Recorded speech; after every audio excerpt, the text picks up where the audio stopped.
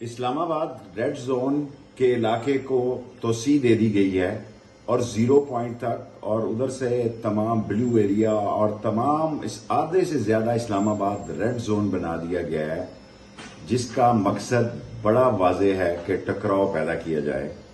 Supreme court نے اجازت دی ہے کہ ہم ایک پرامن اور ایک مخصوص علاقے میں جا سکتے ہیں، F9 پارک میں یا F11 پارک میں جا سکتے ہیں۔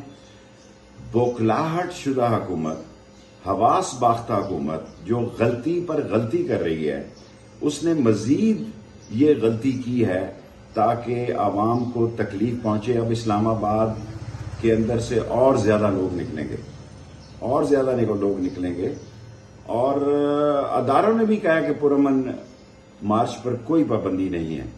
اور عوام کی طاقت سے ٹکرانے کا مطلب یہ ہے کہ ملک کو ڈیفالٹ کرنا، فسادات کرنا، امن و امان کو نقصان پہنچانا۔ یہ ایک الیکشن سے فراری حکومت ہے۔ یہ خریداروں اور کمیشن ایجنٹوں کی حکومت ہے جو ممبروں کو پیسے دے کر بنائی گئی، جو ممبروں کو 25-25 کروڑ روپیہ دے کے بنائی گئی۔ یہ کبھی الیکشن نہیں رچائیں گے۔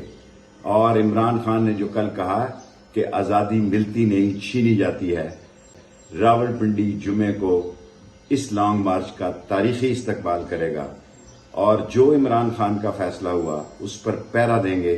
لیکن میری اب اسلام آباد کے لوگوں سے درخواست ہے کہ پہلے سے زیادہ بڑی مقدار میں، بڑی تعداد میں نکلیں، اور یہ جتنی فورسز اور گولیاں اور ڈرون انہوں نے بنائے ہیں وہ سارے ناکام ہو جائیں گے۔